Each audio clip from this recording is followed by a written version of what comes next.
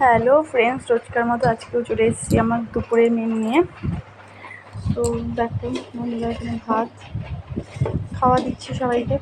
এখানে করেছি হচ্ছে লতি দিয়ে, আমার লতিটা খুব ফেভারিট। লতি দিয়ে করেছি হচ্ছে সর্ষে বাটা দিয়ে, আর এখানে কালো জিরে ফোড়ন দিয়েছি। আর সর্ষে বাটার মধ্যে আমি নুন আর দুটো দিয়ে যেমন ঝাল খায় কাঁচা লঙ্কা দিয়েছি, আর নুন হলুদ দিয়ে একটু তেল বেশি করে দিয়ে ভাজা ভাজা করেছি।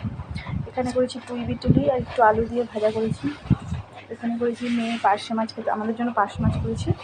এটা যেহেতু ওটা সর্ষে দিয়ে করেছি, এটা তাই সর্ষে দিয়ে করিনি। পার্শে মাছটা হালকাই করেছি ধনের গুঁড়ো দিয়ে, নুন লঙ্কা বাটা আর হলুদ দিয়ে, আর একটু বেগুন দিয়েছি সঙ্গে। এখানে করেছি টমেটো দিয়ে মুগের ডাল।